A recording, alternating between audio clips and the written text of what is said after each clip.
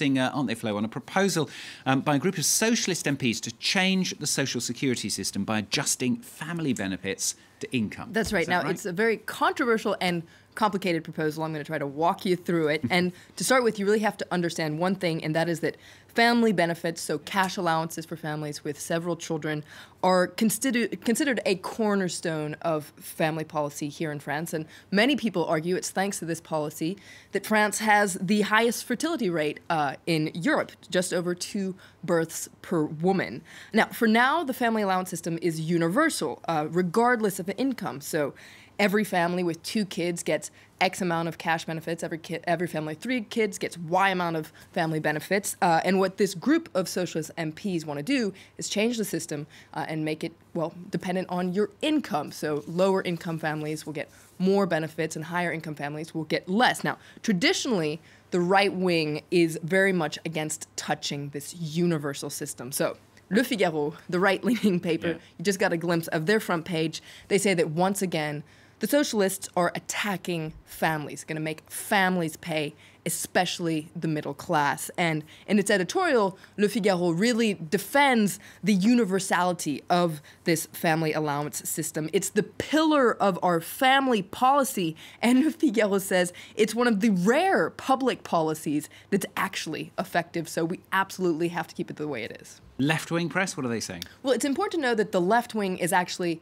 divided on this issue. Communists, for instance, are very much attached to the universality of the system. They argue that changing it would actually be an attack on the very raison d'etre of Social Security. But Libération here, the left-wing paper, it applauds these Socialist MPs for addressing this taboo of family benefits. Libé says that modifying the system won't actually attack the universality of the system because all families with several children will continue to receive benefits, but the system will just be more fair and probably save the government some money, which is never a bad thing. Libé says that for now, the government, well, it hasn't really given its opinion. It's just said that it's open to debate. Carry on following it, I'm sure. Now, meanwhile, Nicolas Sarkozy, he's continuing, as we know, his political comeback, holding meetings across the country, lashing out, not surprisingly perhaps, against François Hollande. That's right. A lot of papers say that his tone is increasingly aggressive. Yesterday, he had a meeting in Toulouse, and he called François Hollande a liar, and you can read about it in Aujourd'hui en France. He said, to quote him, when he lies, as he does, he makes all elected officials look bad.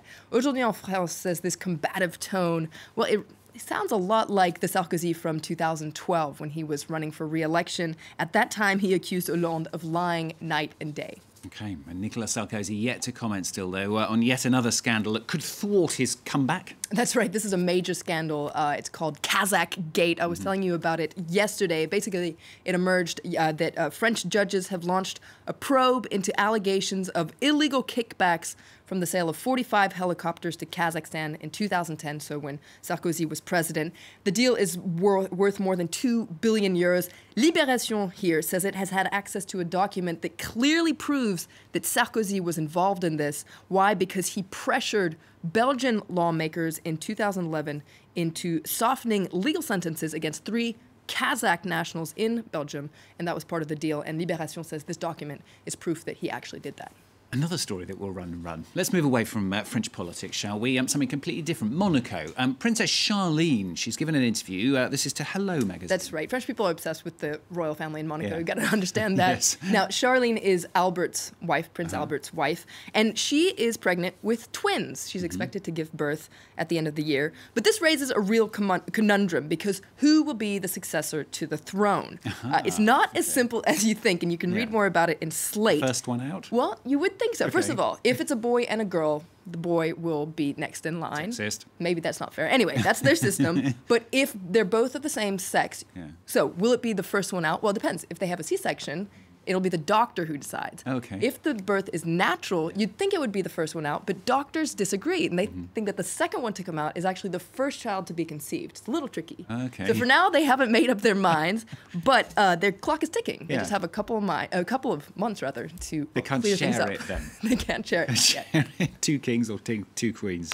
Flo, thanks a lot. Flo with the French papers. Coming up, we got some incredible cycling for you with stunning views of